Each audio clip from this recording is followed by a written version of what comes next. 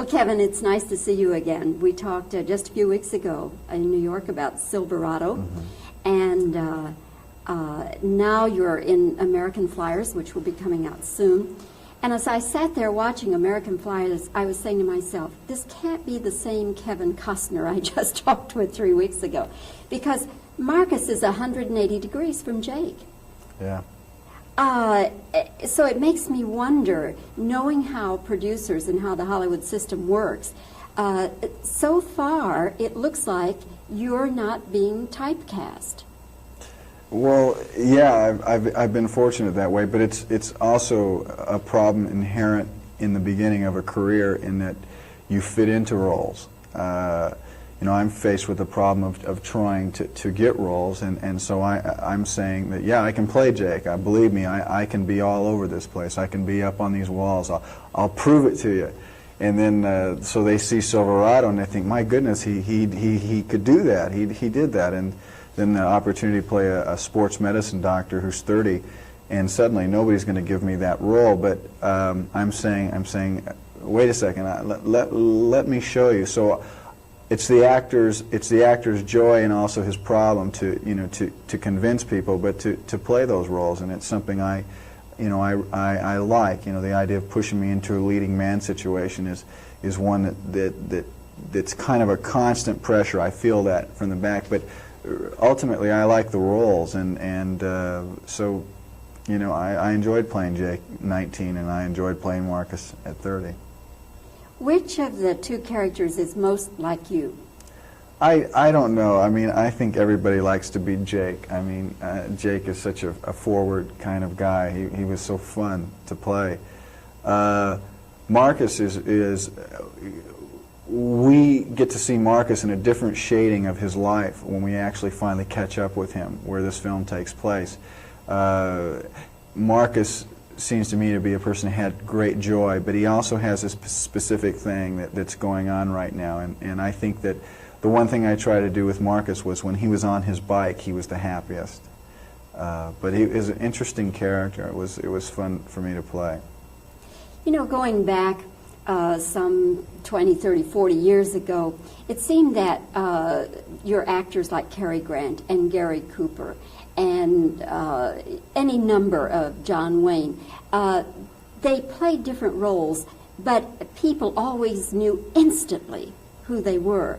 Now, you're playing roles where there isn't that much carryover that people will recognize you. Does that concern you at all? No, it doesn't. I think that when you think of those particular actors who I like very much, you're looking at the body of their career. So the body of it, you do know what they look like. And genuinely, I think in those cases, they weren't changing their looks very much. But, you know, I basically have 3 or 4 films under me, and I think it's very apparent with the Steven Spielberg show. I think that's probably the image I'll be pushed into.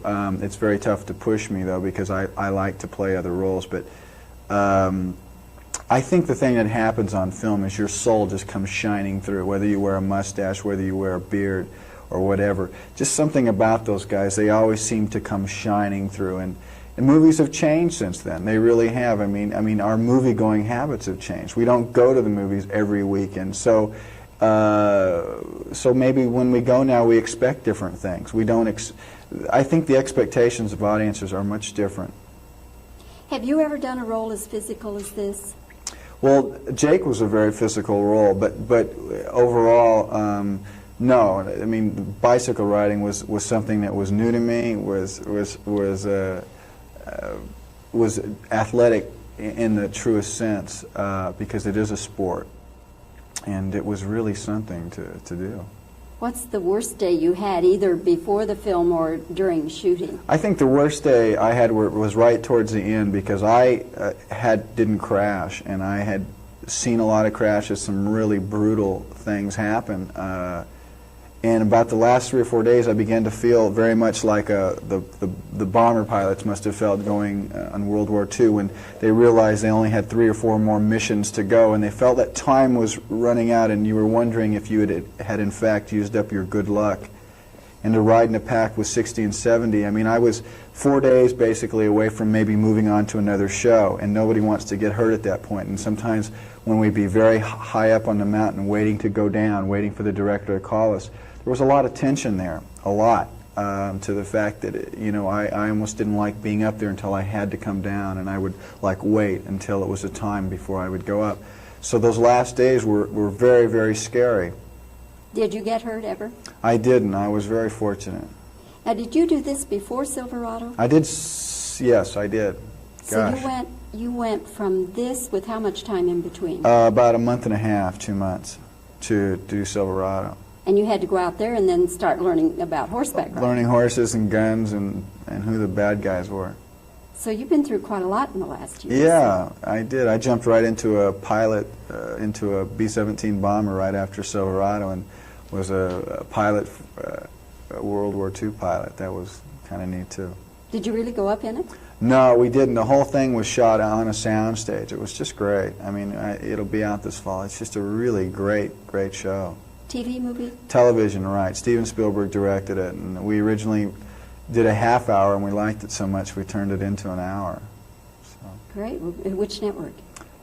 You know, I don't know. I really don't know. Oh, Steven is doing a series for NBC. Is it that is it thing? NBC? Is it that series? Well, yeah, it's Amazing Stories. Oh, okay, that's So, NBC. Is it? Yeah. Well, are those the All good right. guys? Oh, you bet. Okay. We're the good guys. Okay. We wear the white hats. Okay. Okay. Do you have a brother? Yeah, I have an older brother. So how much of that brotherly relationship did you carry into Marcus in the film? Well, what I carried into the film was I knew there could be great love between brothers, but I didn't draw on that as much as I did on the facts of the script. You know, I tried to be as honest to the script as I could. I didn't want to mimic my relationship with my brother. You know, I'm a pretty strict script person. I try to stay there. But, you know, the realization that, you know, there wasn't anything in there that I found untrue. Let's say, if I would have found some things that were untrue based on my past relationships, I would have pointed those out to the director and said, no, this isn't right. The fact that John Badham directed and that he did War Games, and that was another one you got left on. Well, I asked for release out of that film. Ah. I had the part, and I said I wanted to do The Big Chill, and he was gracious enough to give me a release out of the film.